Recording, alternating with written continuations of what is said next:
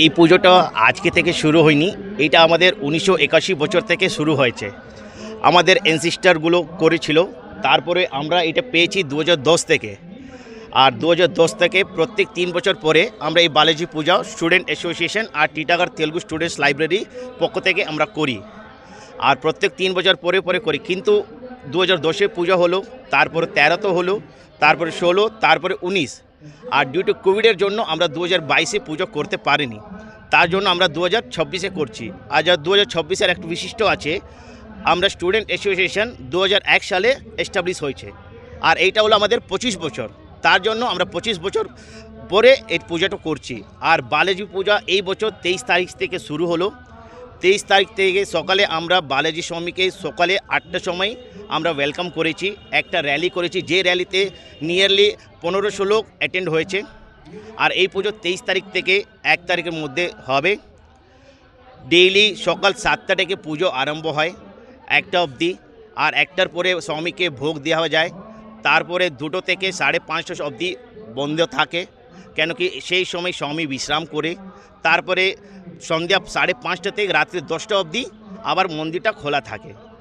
লোকটা তিরুপতি যেতে পারে না, হতে পারে ফিনান্সিয়ালি প্রবলেম হয়, টাইম নেই, ওদের জন্য আমরা একটু চেষ্টা করি এইখানে একটা ছোট্ট তিরুপতি বালাজি মন্দির সবার জন্য দর্শন করাতে।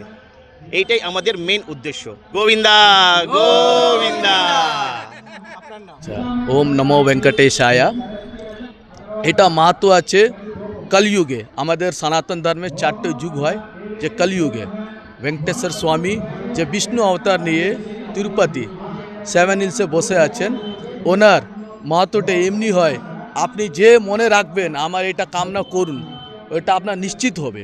ওই জন্য বালাজি সারা ভারতবর্ষে না বিশ্বে সবথেকে বেশি দর্শন আমাদের বালাজি মন্দির হয়। এই আমাদের প্রতিজ্ঞা নিয়ে আজকে আমাদের টিটাগড়ে অনেক গরিব মানুষ আছে, সময় না হতে পারে, ওদের জন্যে আমাদের এখানে 23 তারিখ থেকে 1 তারিখ অবধি আমাদের একটানা অনুষ্ঠান করছি। যেমনি বালাজি তিরুপতি মন্দিরে লড্ডু বিক্রি করা হয়, সেম কোয়ালিটি আমাদের যে পণ্ডিতজি তৈরি করা হচ্ছে, ওই কাউন্টারটাও খোলা হয়েছে, সেটাও আপনি দিতে করতে পারেন। বল তখন যতটুকু আমার সম্ভাবনা আছে, 1987 সালে প্রথম পুজো আরম্ভ হয়। তখন মিলে কিছু বড় লোক গ্যাদারিং হয়ে এই পুজো করলে লোককে এক জায়গা করা যায়, এক জায়গা আসবে। এখানে কোনো ধর্মের ব্যাপার নেই, সব ধর্ম এখানে যোগ দিতে পারে। এটা কী হবে, সবাইকে মিলেমিশে এটা সমাজের সংগঠন হবে, এই ধারা রেখে এই পুজোটা আরম্ভ করা হলো। তারপরে সেই পুজোটা ওরা প্রায় 3 বার করলো, প্রত্যেক 3 বছর একবার পুজো হয়।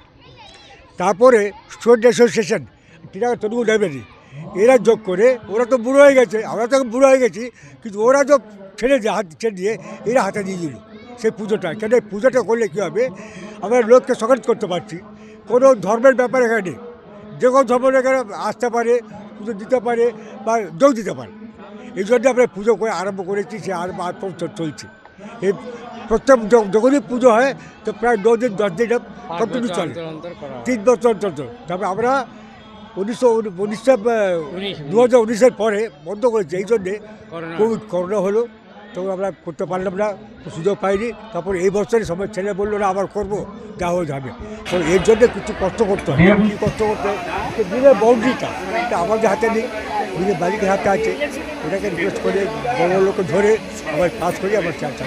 মানটাটা এই আছে, ভগবান তো সবই আছে, ঈশ্বর আছে, বিষ্ণু আছে, বালাজি সবই ভগবান আছে, কিন্তু আমাদের হিন্দু সনাতন ধর্মে অনেক রকম জাতি আছে।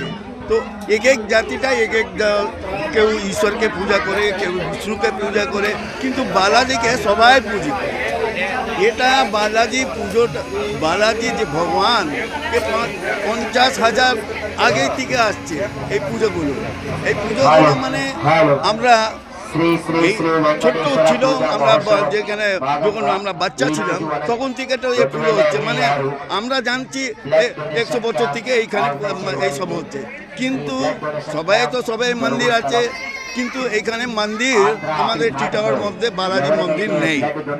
তাই জন্যে আমরা ভাবলাম যে মানে আমাদের ছোটের যে আমাদের যে আগে ছিল, মানে আমার পুরুষ মানে পুরুষ তো পূজা করেনি, প্যান্ডেলটা করেনি, কিন্তু আমাদের জেনারেশনটা আগে জেনারেশনটা যেমন আমরা ভাই সেই লোক ছিল, তারা চেষ্টা করেছে কি এইখানে আমরা এই বালাজি ও তো দূর গিয়ে আমরা কিছু করতে পারবো না, কিন্তু এইখানে পূজা আমরা স্টার্ট করব।